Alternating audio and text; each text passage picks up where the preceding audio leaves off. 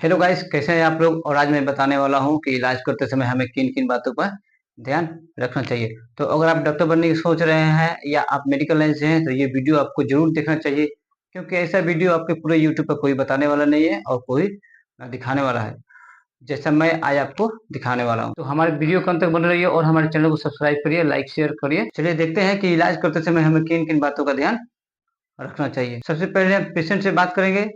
बात करते समय पेशेंट को क्या प्रॉब्लम है उसके बारे में हम जानेंगे।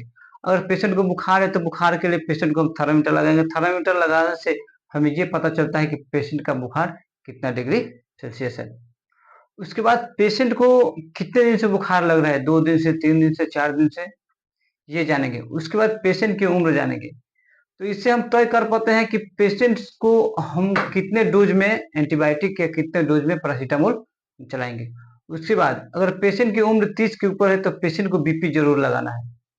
बीपी लगाने से ये पता चलता है कि पेशेंट की बीपी नॉर्मल है या मीडियम है या बढ़ा हुआ है। इससे हम तय कर पाते हैं कि हमें कौन सा दवा चलाना है या कौन सा एंटीबायोटिक चलेगा। अगर पेशेंट का आप बीपी नहीं देखते हैं तो हो सकता है पेशेंट पहले से बीपी की दवा ले रहा हो, या हाइपरटेंशन की समस्या हो, या पेशेंट का बीपी बढ़ा हुआ हो।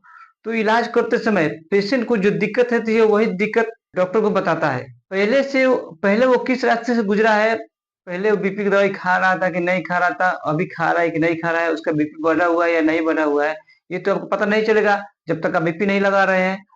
तो हो सकता है कि इलाज करते समय पेशेंट को कहीं दूसरा बीमारी शुरू हो गया, तो पेशेंट को जो दिक्कत होगा वो होगा, साथ में आपको भी दिक्कत होगा। तो बीपी देखने के बाद ही तय कर पाते हैं कि पेशेंट को कैसे ट्रीट करना है।